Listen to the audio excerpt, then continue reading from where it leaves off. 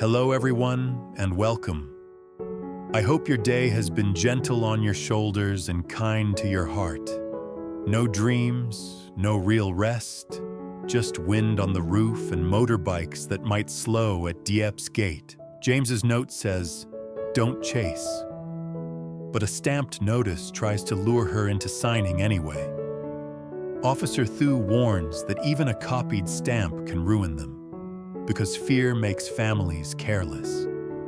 And when James calls once, he names the enemy, the past, still trying to buy their future. That matters because for a small shop, one piece of paper can decide whether work continues or ends. If you'd like to support this channel, please like and subscribe.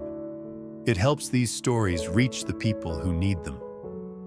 Today, we'll explore how Miss Lai Tu Diep keeps her fruit shop open, keeps her children steady, and keeps her hope alive while James stays missing. Before that second morning ever arrived, there was the first day, the opening day, when Diep woke to a terrifying silence. James was gone. His phone sat on the charger like a sleeping stone. His jacket still hung where he left it. And the note he'd written, folded and firm, told her exactly what to do. Keep the front lights on, lock the back gate, don't chase. Now let me ask you something. When the person you trust most disappears, what do you do next? Diep opened the gate front fruit shop anyway, refusing to let fear make the decision for her. Anna helped, staying close. Luan stayed nearby, watching the road. Out on the road, a black SUV watched from across the way, and it stayed there, watching from across the road, then drifting away, then circling back later, quietly. A man with a clipboard hinted at a complaint over their Hill Fruits name. The hint wasn't loud, but it landed hard, and Diep didn't forget it while selling fruit. Then Diep received a message from an unknown number. "He's safe. Don't chase. Keep the lights on." Officer Thu quietly positioned himself close enough to protect them without turning it into a scene, and the SUV finally left. So here's the next question. What keeps you from running out and chasing hope down the road? Sometimes it's love, and sometimes it's discipline. After closing, Diep found a Dawn time-stamped gas station receipt with James's handwriting on the back. "Don't panic." She locked the gate, kept the lights glowing, and prayed he would come home. Then came the second morning, and Diep didn't dream that night. She only drifted in and out of a shallow darkness, the kind that tricks your body into resting while your heart stays awake. Every time the wind touched the roof, she sat up. Every time a motorbike passed on the road, she held her breath, waiting for the sound to slow at their gate. Morning arrived with the same cruel answer. No James for now. His phone still sat on the charger. His jacket still hung where he left it. And that note, folded and firm, still told her the same. Anna padded into the room, hair messy, eyes searching Diep's face, as if she could read the future there. "Mom, is Dad coming today?" Diep swallowed the ache that rose like heat in her throat. "He will," Nai whimpered softly from the mattress on the floor, reaching her little hands toward Diep, asking for nothing except comfort. Diep lifted her and pressed that warm cheek against her neck, letting her steady her in the simplest way children do, by needing you. Here's a question that cuts deep. How do you stay steady when your children are watching? You do the next right thing. You make yourself the safest place in the room. Diep stepped into the gate shop, and the front bulbs were still glowing. In the early light, The fruit looked almost holy. Bright oranges. Luan arrived minutes later with 2 coffees and a face that tried to smile but couldn't. "Still nothing?" he asked quietly. Diep shook her head. "Just silence." Luan rubbed his forehead and looked straight at her. "Okay." A few moments after that, Officer Thu's motorbike rolled past. Not stopping, not staring, just a calm loop like he was checking the road as part of his routine. Diep knew what it meant. They were not alone. Diep opened the shop. Anna climbed onto a stool and held her little notebook like a real cashier. "Today I can write prices," she announced, voice bright, brave on purpose. "And I can smile even if I'm scared." Diep kissed the top of her head. "That's my girl." For the first hour, the village behaved like it always does. Women asked for bananas. An older man complained about the price of apples the way older men always do. A young couple laughed when Nai waved at them from her stroller behind the counter. "Diep, so let me ask you this. Why does quiet suddenly feel unsafe? Because it can change in a breath." A black SUV circled back, slow enough to be noticed, and Diep felt the air shift. Not long after that, a man in a gray jacket appeared, holding a thick envelope. "I'm delivering a notice," he said politely, holding it out like a gift. "Please sign here to confirm receipt." Diep's fingers tightened around the counter edge. "From where?" "District Commerce Office," he replied smoothly. Luan stepped closer. "Show your ID." The man's eyes flickered, just once. "I'm only a courier. The document speaks for itself." He tried to hand it to Diep again. She took it, but she didn't sign anything. Anna's hand found Diep's sleeve. "Mom, is that bad?" Diep forced her face into steadiness. Luan opened the envelope carefully and scanned the lines. The notice claimed they were under investigation for brand confusion and unregistered signage. Now, another question. How do you carry a deadline when the person you need is missing? You carry it while standing still, and that's the hard part. Luan frowned harder.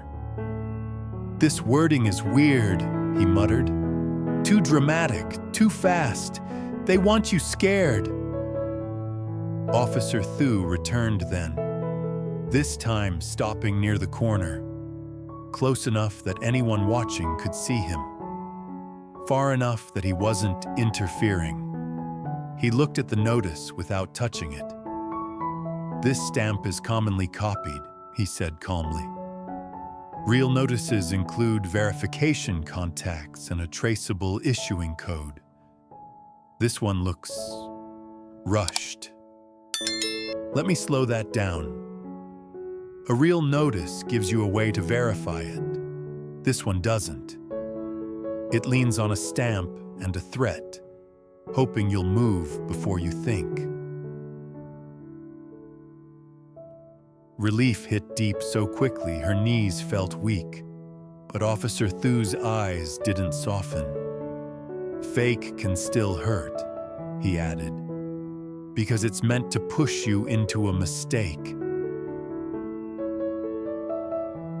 A mistake like signing something, a mistake like leaving the shop, a mistake like opening the back gate." Diep's stomach twisted as James's note flashed in her mind again, and she could almost hear the night sounds. Wind on the roof, a motorbike passing, and that one line, "Don't chase." Let me recap for a moment. James is missing. The SUV is circling, and a rushed notice is trying to force a signature. Diep keeps the lights on, keeps the back gate locked, and stays where her children can see her. Officer Thu stays close, and Luan keeps his eyes open. Mr. Hai wandered over as if he was simply curious about mangoes. His eyes slid over the empty space beside Diep, where James should have been. "Diep," he said in a voice that sounded like sympathy but tasted like gossip. "People are talking. They say your shop name is copied.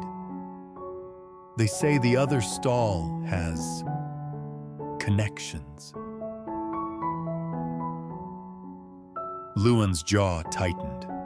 Officer Thu's gaze stayed quiet, watchful. Diep breathed in slowly. "Then people can talk," she said, keeping her voice polite. "But we're still selling fruit." Mr. Hai leaned in, lowering his voice. "If James doesn't show up, some folks will say you can't handle business. Maybe you should close for a few days. Save face." Anna's fingers gripped Diep's sleeve hard, like she was holding on so Diep wouldn't fall. "Here's a question you may recognize. What does save face mean when your children need you standing?" Diep smiled, small, steady, and sharp enough to cut through his suggestion. "I don't save face by hiding," she said. "I save my family by working." Mr. Hai blinked, surprised she didn't crumble, and wandered away, disappointed. The day dragged on like a long road. Diep weighed fruit, counted coins, smiled until her cheeks ached. Between customers, she checked her phone so often the screen felt like it was burning her palm. Nothing. And that leads to another question. What can silence do to a person? "It can make you hold your breath in your own shop," then Anna whispered. "Mom, look." A small paper crane sat on the counter. Diep froze. "Where did that come from?" "A boy on a bicycle threw it in," Anna said, eyes wide. "He didn't stop. He just tossed it and rode away fast." Diep's hands trembled as she unfolded the crane. Inside was a thin strip of receipt paper, torn neatly, with 2 lines in James's handwriting, so familiar it stabbed her heart. "Blue bucket. Under the shelf. Trust Thu." Diep's breath caught. "He's alive," she whispered. Luan crouched low, reaching beneath the bottom shelf where their blue wash bucket sat. His fingers found a small, clear bag taped underneath. Inside it were a flash drive and a second note. "If they ask for the sign, don't remove it. If they ask you to meet, don't go alone. I'm fighting this the right way." Officer Thu's expression tightened as he read. "This is evidence," he said. "James is collecting something, and he's sending it to you piece by piece. Here's the question that matters now. If James is close enough to send a paper crane, why isn't he home? Because close isn't the same as free.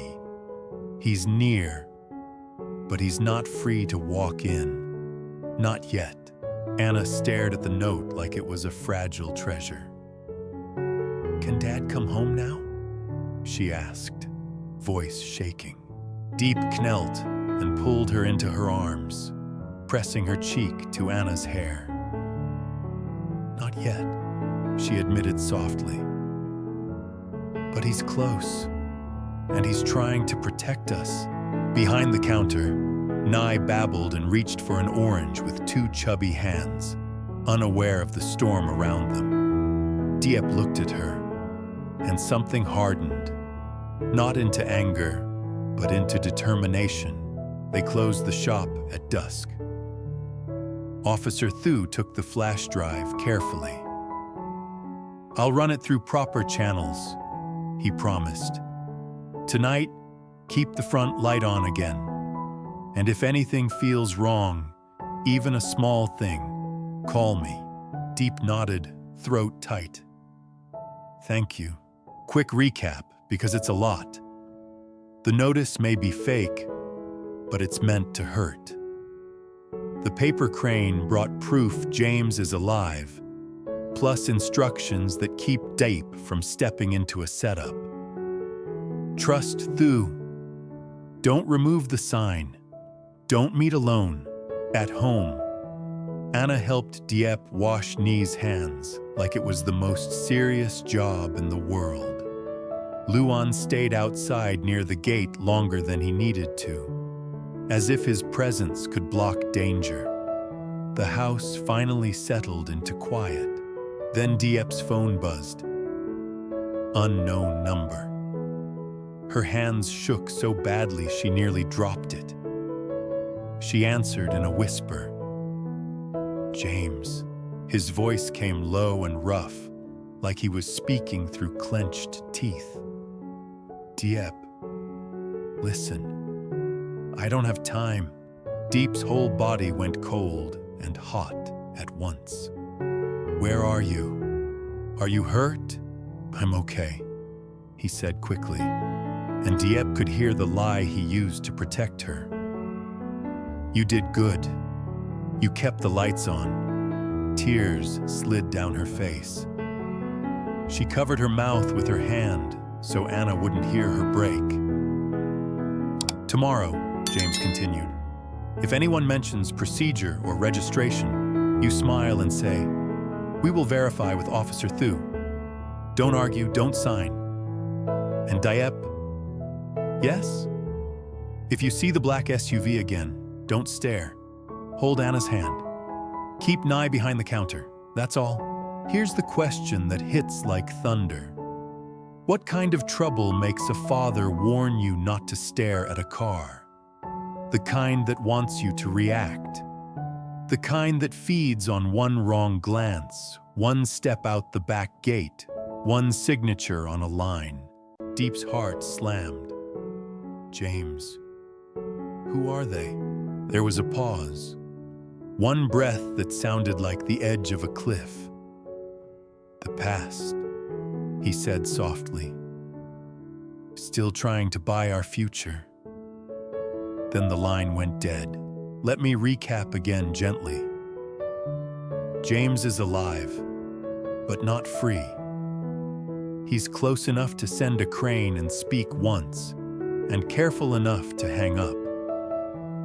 Diep's job is to keep the shop open, keep the kids close, and keep her hands away from any trap dressed up as procedure. And that brings us back to the words that have carried Diep through 2 mornings. Don't chase. It isn't surrender.